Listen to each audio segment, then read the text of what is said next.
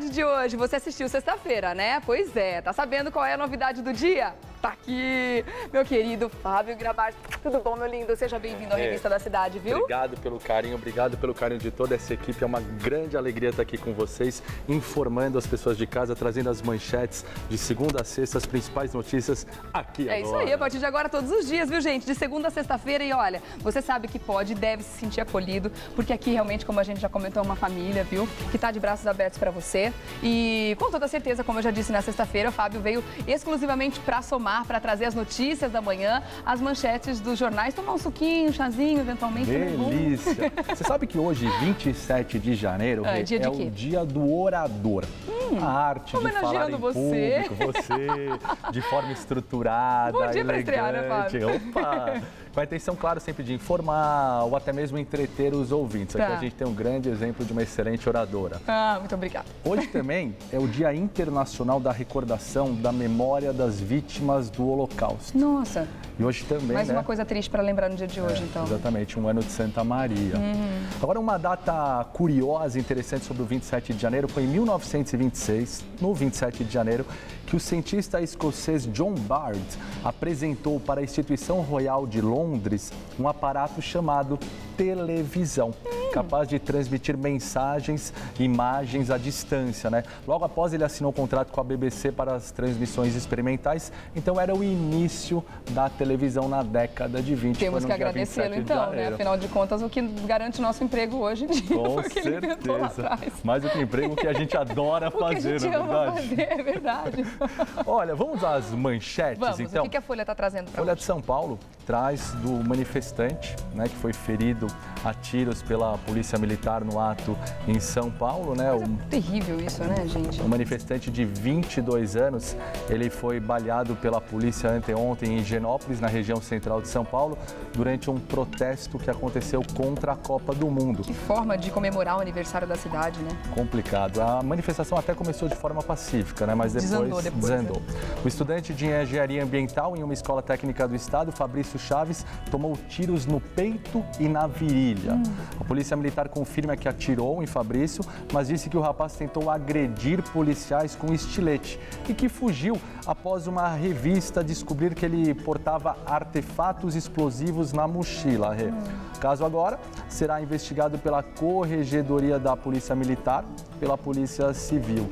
Fabrício, ele fez 4 cirurgias nessa madrugada. O ato, ele teve ainda 135 detidos e todos já foram liberados. O governador Geraldo Alckmin disse que a Polícia Militar agiu para evitar uma tragédia. Sobre o baleado, o governador preferiu não comentar. Ele está em estado grave ainda, né? Tá, continua em estado grave. E assim a polícia está alegando legítima defesa, né? Exatamente, né? A Ana Paula acabou de informar que ele continua em estado grave. A gente tem que aguardar para ver se o jovem consegue se recuperar, né? É uma situação muito triste, né? Que a gente vê essas manifestações que muitas vezes começam, independente do motivo pelo qual a pessoa está indo para a rua, não dá para entender por que toda vez tem que desandar para atos de violência, para depredação, e a agência bancária sofre mais uma vez, aquela coisa terrível. Aquele marceneiro, coitado, do Fusca, que acabou pegando fogo, que estava passando, voltando de um culto, de repente um colchão pegando fogo, acerta no carro dele ali, não tinha nada a ver com a história, não estava no meio da manifestação, quer dizer, prejudicando muita gente que não tem nada a ver com isso. Com certeza. O que dá muita dó, né? Vamos ver se de repente o brasileiro aprende a fazer manifestação sem violência, né? Manifestação é importante. Claro. Mas tem que acontecer de forma pacífica, né? Tem que acontecer de forma pacífica, sem violência. Folha de São Paulo ainda traz uma manchete meio que assustadora. São Paulo tem recorde de roubos de veículos em 13 anos. O estado de São Paulo registrou em dezembro o maior número de roubos em veículos desde 2001.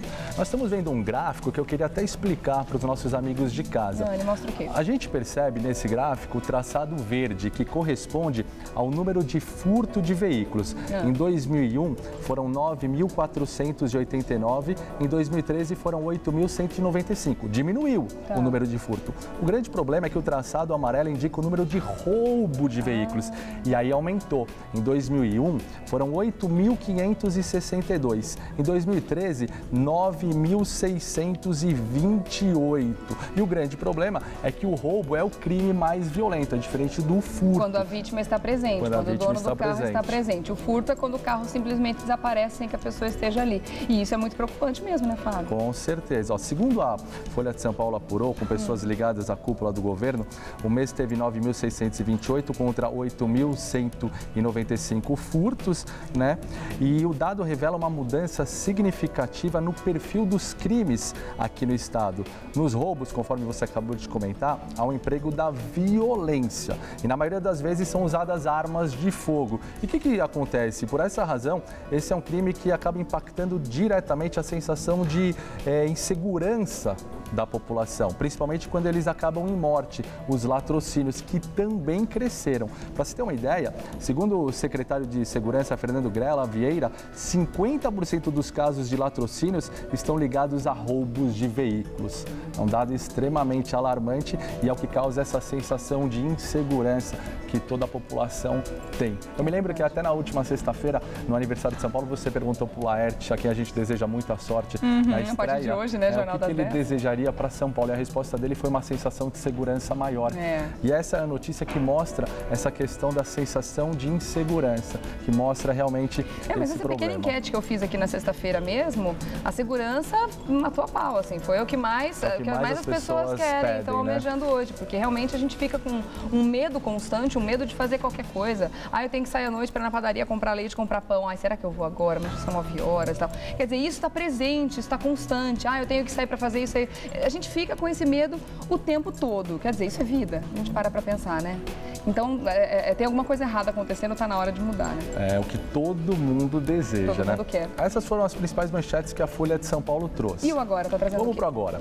O Agora, ele tem na capa que o Verdão 100% vira e goleia o Sorocaba, 3 rodadas, 3 vitórias. 100%. São Paulo ainda ganhou na rodada. Eu queria mudar de assunto, falar a verdade pra você, viu, Fábio? Eu não queria nem falar de futebol. Você não quer lembrar do sábado à noite, é isso? Não quero lembrar de sábado nenhum, porque foi negro pro Corinthians esse final de semana. Esse final de semana não foi dos melhores para o Corinthians, né? A gente já vai falar, mas continuando aqui na manchete, o Palmeiras não se intimidou ao sair atrás no placar. Encaminhou a virada com uma boa troca de passes e ainda goleou por 4-1 o Atlético Sorocaba jogando fora de casa.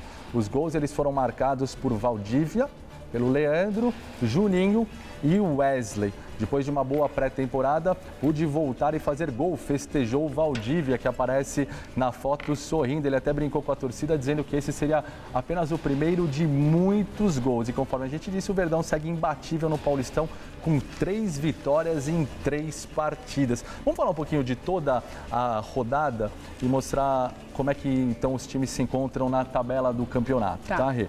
Na rodada começou no dia 25, no sábado, né? O Penapolense ganhou do Rio Claro, jogando fora de casa por 1-0.